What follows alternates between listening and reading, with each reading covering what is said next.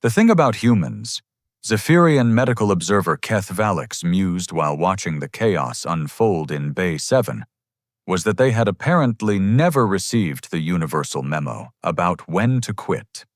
Her cardiac rhythm terminated 4 minutes ago, announced the Altarian scanner operator, its crystalline voice carrying that particular tone of resignation that medical professionals across 17 star systems had perfected. Cellular degradation has begun. Standard protocols indicate... Standard protocols can kiss my stethoscope, Dr. Reyna Marchetti interrupted, not looking up from where she was elbow-deep in the chest cavity of what had been, until very recently, a living hegemony trade negotiator. Keth, stop gawking and hand me the neural stimulator. The fancy blue one that your people keep insisting doesn't work on mammalian brain tissue. Keth Valix's 4 eye stalks swiveled in what his species considered the equivalent of raised eyebrows. That device operates on quantum-level synaptic reconstruction. The patient's consciousness matrix has already begun dissolution. It would be like attempting to rebuild a shattered crystal from scattered light. Great metaphor. Still need the stimulator. The medical bay had fallen into that peculiar silence that occurs when multiple species realize they're witnessing something that shouldn't be possible. The observation deck above buzzed with at least 6 different forms of alien commentary, ranging from the clicking disapproval of the insectoid Vexani to the harmonic confusion of the gaseous, ethereal collective representatives. Dr. Marchetti, the Altarian persisted with mechanical patience. The biological indicators are unambiguous. Life function cessation occurred at 1432 station time. Current time, 1436. This exceeds recoverable parameters by human standards or yours. Reyna's hands moved with the practiced efficiency of someone who had clearly done this dance before. Because I've got news for you, Crystal Brain. Human standards are apparently written in crayon by people who failed basic math. She looked up just long enough to fix the Altarian, with the kind of stare that had probably convinced entire solar systems to reconsider their life choices. Now, are you going to help me save this poor bastard? Or are you going to keep telling me why the universe says I can't? From the observation deck, the argument erupted in several languages at once. The human displays clear symptoms of species-specific delusion, chimed one of the ethereal collective, its voice like wind through crystal caves. Their refusal to acknowledge biological certainty borders on pathological. Pathological? The Vexani delegate's mandibles clicked rapidly, the equivalent of derisive laughter. It's fascinating. They approach mortality as if it were a bureaucratic error rather than natural law.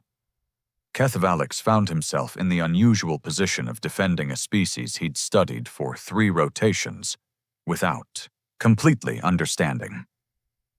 Perhaps we should observe before rendering judgment. Human medical practices have produced unexpected results. Below them, Reyna had somehow managed to jury-rig the Zephyrian neural stimulator to a human defibrillation unit using what appeared to be spare cable and sheer bloody-mindedness. The resulting device looked like it had been assembled by a particularly creative child having a tantrum with advanced technology. This configuration violates at least 12 principles of quantum medical dynamics, Keth Valix muttered, more to himself than anyone else. Probably, Reyna agreed cheerfully, making final adjustments. But you know what it doesn't violate? My personal policy of not letting anyone die on my shift if I can possibly avoid it. She glanced at the readouts one more time. Clear. The improvised device discharged with a sound like reality clearing its throat.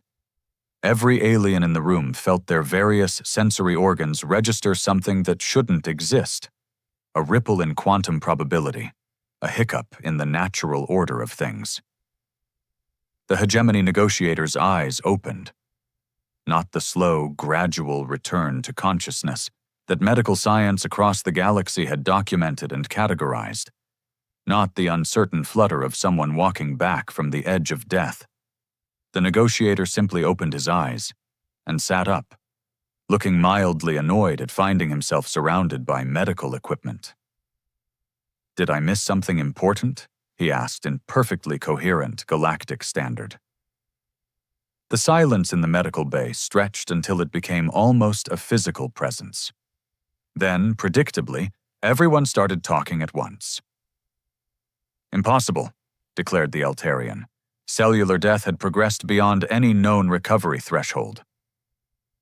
"The neural pathways had completely discontinued function," added Valix, consulting his instruments with the desperate hope that they might explain what he'd just witnessed. "His quantum signature had begun fundamental dissipation," whispered one of the ethereal collective. "We observed it directly. The life pattern was dissolving into base probability."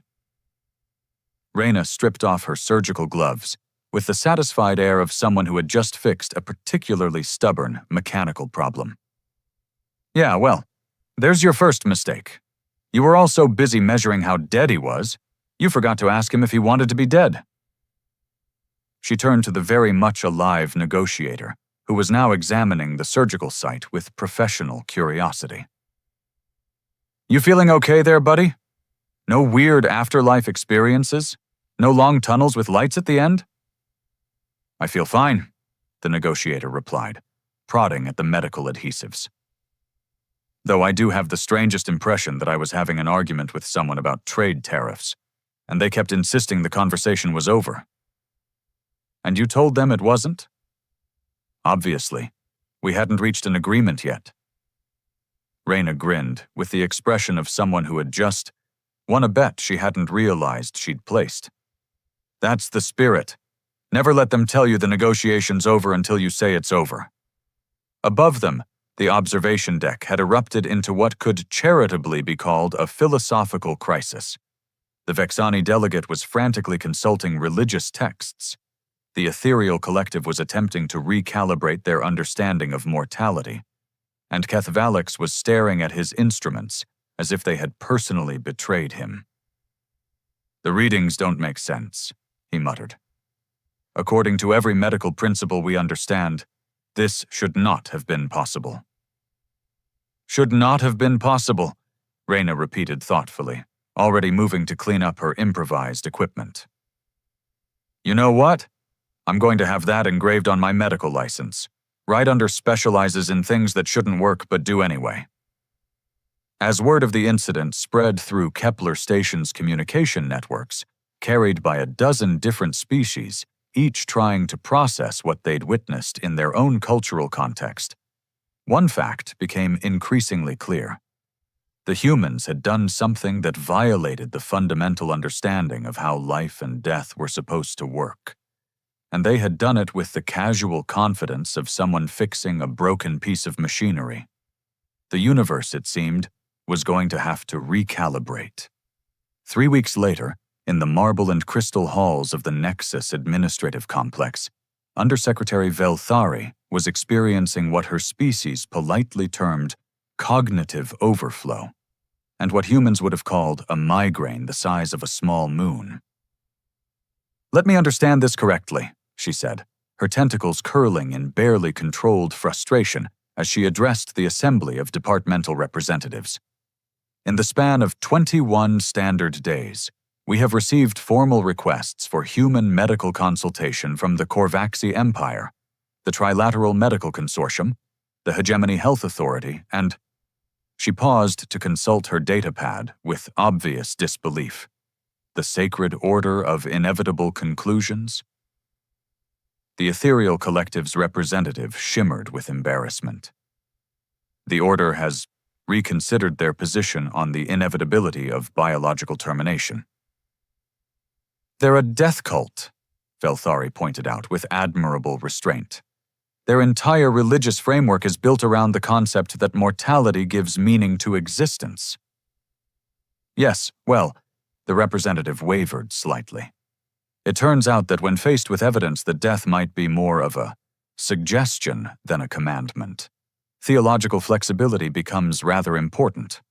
Across the conference chamber, Trade Administrator Kexnon buzzed with what passed for amusement among the Insectoid Merchant Guild. The economic implications alone are staggering. Do you have any idea what happens to the galactic insurance industry when mortality becomes negotiable? It's not negotiable, protested Dr. Yathara, the Altarian medical representative who had been fielding increasingly frantic communications from colleagues across 17 systems. What occurred at Kepler Station was an anomaly, a statistical impossibility. One cannot simply extrapolate universal medical paradigms from a single incident. One incident? Velthari's datapad chimed with another incoming request. Make that 137 incidents. Apparently, word has spread, and every human medical practitioner in the sector has decided to interpret the laws of biology as, how did the last report phrase it? Overly pessimistic guidelines. The chamber fell silent, except for the gentle harmonics of various life support systems accommodating different atmospheric requirements. It was the kind of silence that suggested everyone was trying very hard not to think about the implications of what they'd just heard. 137, repeated the ethereal collective representative in tones of profound unease. That suggests a pattern rather than an anomaly. Patterns can be studied, Doctor, Yathara said with the desperate optimism of someone whose worldview was rapidly crumbling. We could establish research protocols, control groups, standardized methodologies. We tried that, interrupted Kexanon. The Korvaxi sent a medical research team to observe human practices at their Frontier Colony Medical Center. The humans kept apologizing for not having any interesting cases to demonstrate on. What constitutes an uninteresting case? Velthari asked, though something in her expression suggested she wasn't sure she wanted to know. Apparently, anything where the patient survives without violating at least 3 fundamental laws of xenobiology. In the depths of the Nexus archive, Senior Archivist Thelmund was having his own crisis of faith. For the past week, he had been attempting to categorize the flood of incident reports streaming in from across the Galactic medical network. The problem was that his carefully organized filing system, developed over centuries of meticulous documentation, had no category for impossible but verifiable. Query, definition of medical miracle. He spoke aloud to his research interface, a habit developed over decades of solitary scholarship. Medical miracle, an event that appears to contradict established scientific understanding while producing beneficial outcomes, the system responded promptly. Subcategory, rare phenomena typically attributed to advanced technology, unknown biological factors, or statistical anomalies. Secondary query, frequency of medical miracles per standard galactic year. Historical average, 0.003 incidents per billion medical procedures. Tertiary query, current frequency of human-involved medical anomalies.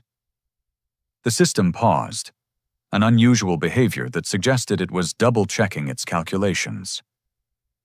Current rate, 1.7 incidents per 1,000 human medical interventions.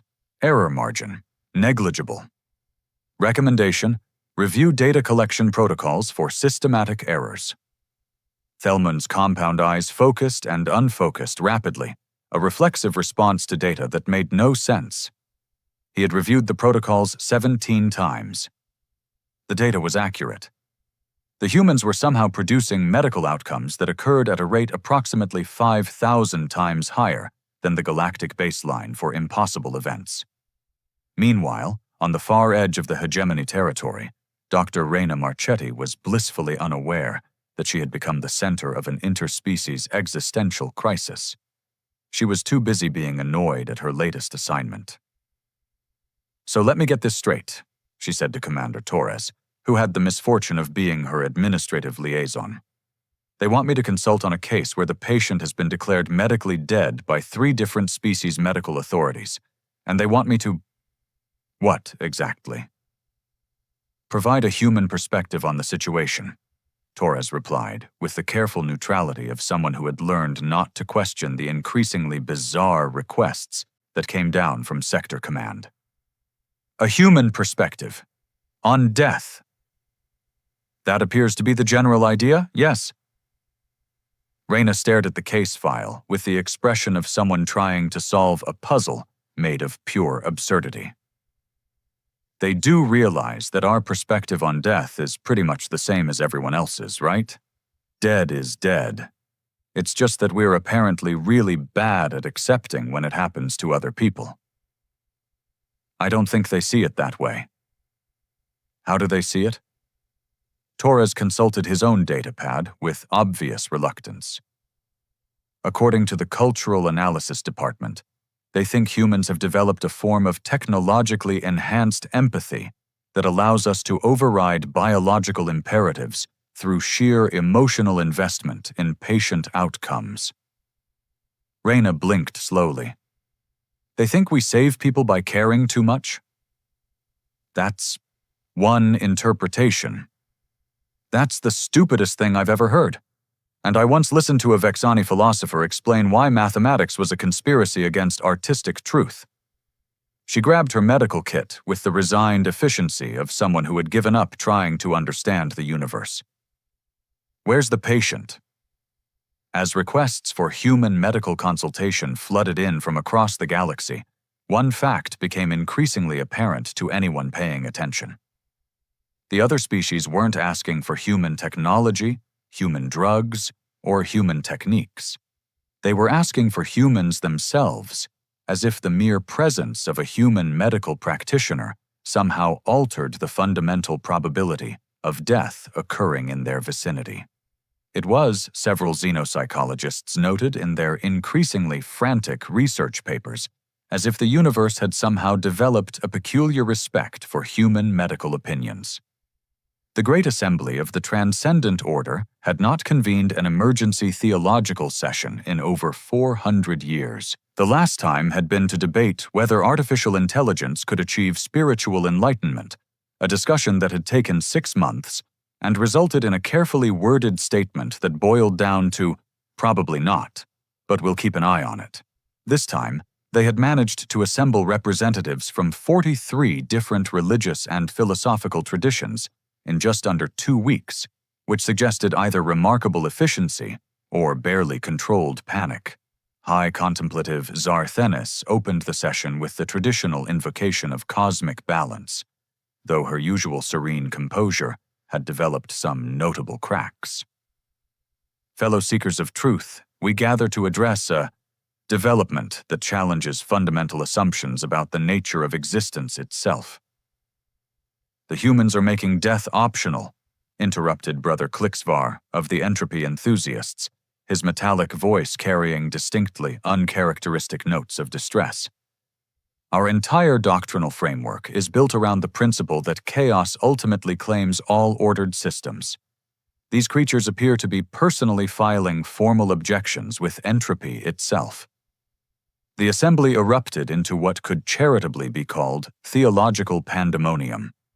The fatalists accused the redemptive eternalists of encouraging dangerous thinking, while the circle of inevitable cycles began recalculating their prophecies in real time. Perhaps, suggested Mother Superior Veleneth of the Compassionate Intervention sect, her voice cutting through the chaos with practiced authority. We should consider that these humans represent an evolution in our understanding rather than a contradiction of it. The silence that followed was the kind typically reserved for someone who had just suggested that mathematics might be optional. Evolution? Zarthenis repeated carefully. Mother Superior, the humans are not transcending death through spiritual enlightenment or technological advancement. They appear to be arguing with it, successfully. And winning those arguments, added Contemplative Nix Ara from the Reformed Predestination Alliance, consulting a data tablet with obvious bewilderment. The statistical analyses are unambiguous. In the presence of human medical personnel, mortality rates decrease beyond any previously observed parameters. Meanwhile, in the academic towers of the University of Absolute Knowledge, Professor Thane Duel was discovering that absolute knowledge had some unexpected gaps. The problem, he explained to his graduate seminar in advanced xenosociology, is that human behavior continues to violate every predictive model we've developed for sapient species interactions with mortality. One of his students, a young crystalline scholar named Pixeth, raised a light tendril in question. Professor, could it be that our models are based on incomplete data? Perhaps human responses to death represent a previously unobserved evolutionary strategy? That's what I initially hypothesized, Thaindul admitted. But then I received the latest reports from the Behavioral Analysis Division. He activated the holographic display, which showed a complex web of interconnected data points that looked like someone had tried to map insanity itself. According to their research, humans don't appear to view death as a biological process at all. They treat it as a form of customer service complaint. The seminar room fell quiet except for the humming of various life support systems. Customer service? Pixeth's crystalline structure flickered with confusion. The analogy is imperfect, but observe their language patterns.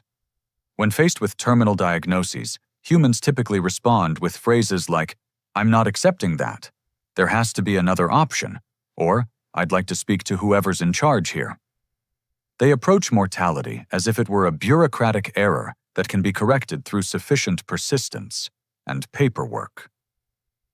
Another student, this one from the gaseous contemplative collective, wafted forward uncertainly. But Professor, that would suggest they don't understand the fundamental nature of biological systems.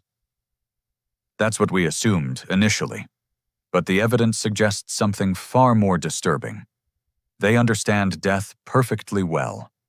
They simply refuse to acknowledge its authority over them or anyone in their care. Back at the Nexus Administrative Complex, Undersecretary Velthari was learning that philosophical crises had a tendency to generate enormous amounts of paperwork.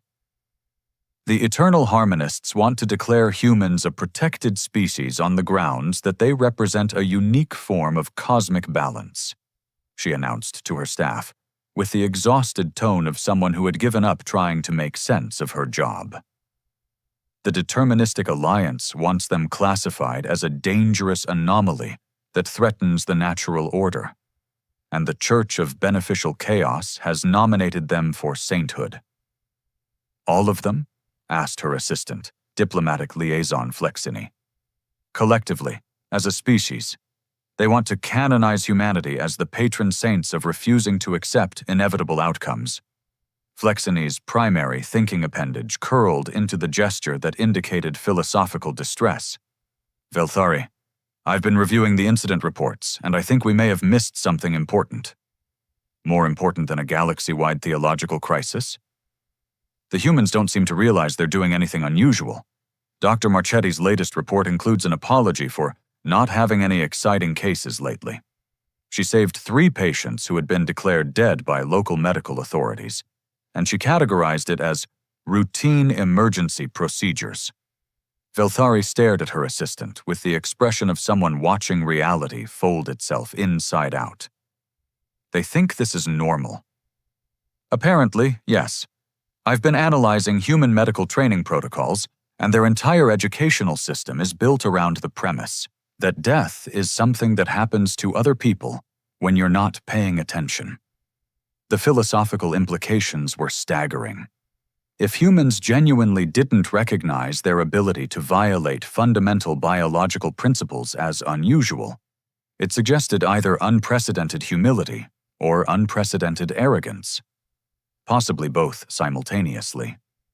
In her quarters aboard the medical frigate Persistence, Dr. Raina Marchetti was having a significantly more practical day.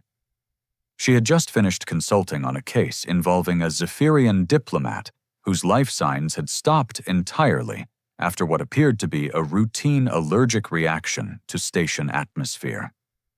The good news, she reported to the anxious diplomatic staff, is that he's going to be fine. The bad news is that you're all going to need to update your emergency response protocols, because apparently nobody told you that Zephyrians can survive cardiac arrest for up to 47 minutes if you keep arguing with their autonomic nervous system. The chief diplomatic aide, a nervous creature whose species Reyna had never bothered to memorize, clicked anxiously. Dr. Marchetti, our medical staff declared Ambassador Kethvalix deceased 36 minutes ago. His cellular functions had completely terminated. Yeah, well, that's what he gets for not asking my opinion first. Reyna packed up her equipment with the satisfied air of someone who had just solved a particularly annoying technical problem. Next time someone dies on your watch, try asking them if they're really sure about it before you file the paperwork. As she walked away, she remained blissfully unaware that her casual comment would be analyzed by 17 different philosophical schools, translated into 43 languages, and eventually carved into the wall of the Universal Medical Academy as either the wisest or most terrifying statement about mortality ever recorded. The universe, meanwhile, was beginning to suspect it might be losing an argument it hadn't realized it was having. High Priestess Mordoon of the Sacred Dissolution had lived for 3 centuries with the absolute certainty that death was the universe's most beautiful gift. She had presided over 10,000 farewell ceremonies, each one a celebration of a soul's return to the cosmic void. She had written 17 theological treatises on the divine nature of mortality. So, naturally, when her own bodily systems began their final shutdown during a diplomatic mission to the neutral zone, she was looking forward to demonstrating proper dying technique to all these philosophically confused aliens. What she hadn't expected was Dr. Reyna Marchetti showing up and treating her impending spiritual transcendence like a broken appliance.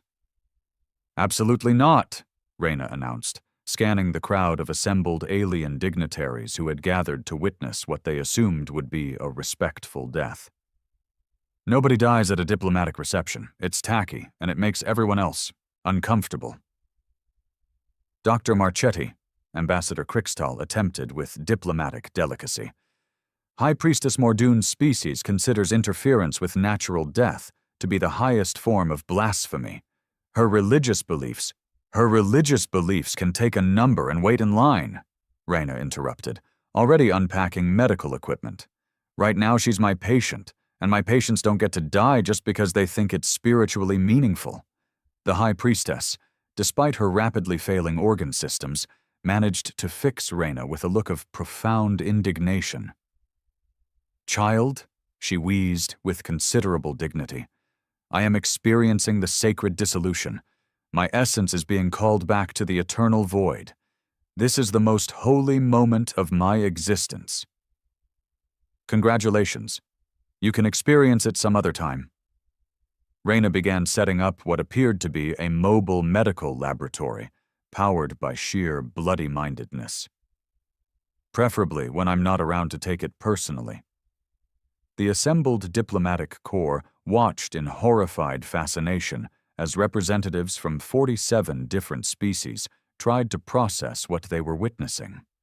A human medical professional preparing to violate the most sacred beliefs of an entire civilization because it conflicted with her work schedule. "Dr. Marchetti," tried the ethereal collective representative, their voice carrying harmonics of desperate reasonableness. "Surely you must understand the cultural implications." "I understand that people keep trying to complicate my job with philosophy," Reyna replied, calibrating instruments with the focused intensity of someone who had clearly done this dance before. "Here's some philosophy for you. I didn't spend 12 years learning how to fix people just so I could stand around watching them break for religious reasons." High Priestess Mordoon's life signs were approaching what every medical authority in the galaxy would recognize as the point of no return. Her breathing had become shallow and irregular, her pulse was barely detectable, and her skin had taken on the translucent quality that preceded cellular breakdown. "You cannot prevent the sacred dissolution," she whispered with the last of her strength. "Death has claimed me. The Void calls my name. Yeah, well, the Void is going to have to leave a message, Reyna muttered, injecting something into the High Priestess's primary circulatory system. I'm busy right now. What happened next would be debated by theologians, philosophers, and medical professionals for generations to come. According to the 17 different recording devices present, High Priestess Mordune's life signs stabilized, strengthened, and returned to normal operating parameters within minutes. But according to the High Priestess herself, something far more significant had occurred. I spoke with the Void, she announced, sitting up with renewed vigor and looking around the room with expressions of wonder. And it apologized for the inconvenience. The diplomatic reception fell silent, except for the gentle humming of life support systems and what might have been the sound of several religious worldviews quietly collapsing. It apologized? Ambassador Krikstal repeated carefully. It explained that there had been a scheduling error. Apparently my time had not actually come yet, but there was a clerical mistake in the cosmic paperwork. The High Priestess looked at Reyna with something approaching reverence. The Void was quite embarrassed about the whole thing. It asked me to thank the human for pointing out the error.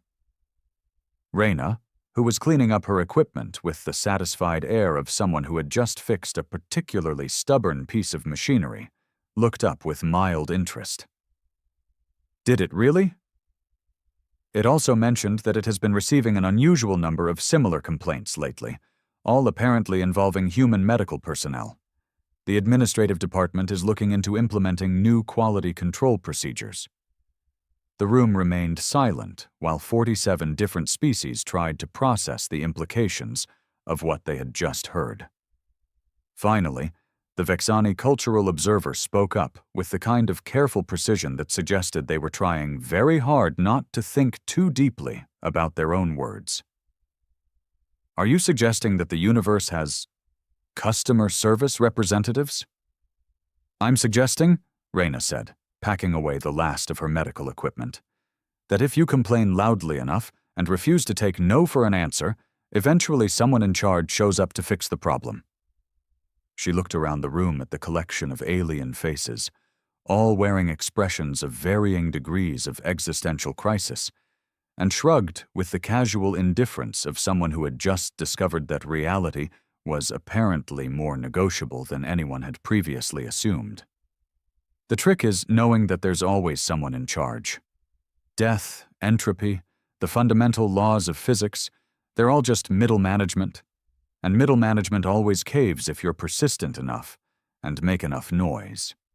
High Priestess Mordune spent the rest of the reception explaining to increasingly bewildered theological scholars how her near-death experience had revealed that the cosmic order operated on principles remarkably similar to a bureaucratic hierarchy, complete with departments, supervisors, and complaint resolution procedures. Meanwhile, Dr. Reyna Marchetti returned to her quarters, filed a routine medical report that classified the incident as patient-experienced temporary systems, failure due to administrative oversight, resolved through standard corrective procedures, and went to bed. In the depths of space, monitoring stations across 17 sectors quietly updated their statistical models to account for the fact that, in the presence of human medical personnel, death had apparently learned to double-check its work before making house calls. The Joft's universe, it seemed, had developed a healthy respect for people who refused to read the fine print on mortality clauses. And somewhere in the cosmic order of things, a middle management position in the Department of Inevitable Outcomes was probably updating its training manual to include a new section on handling persistent human complaints.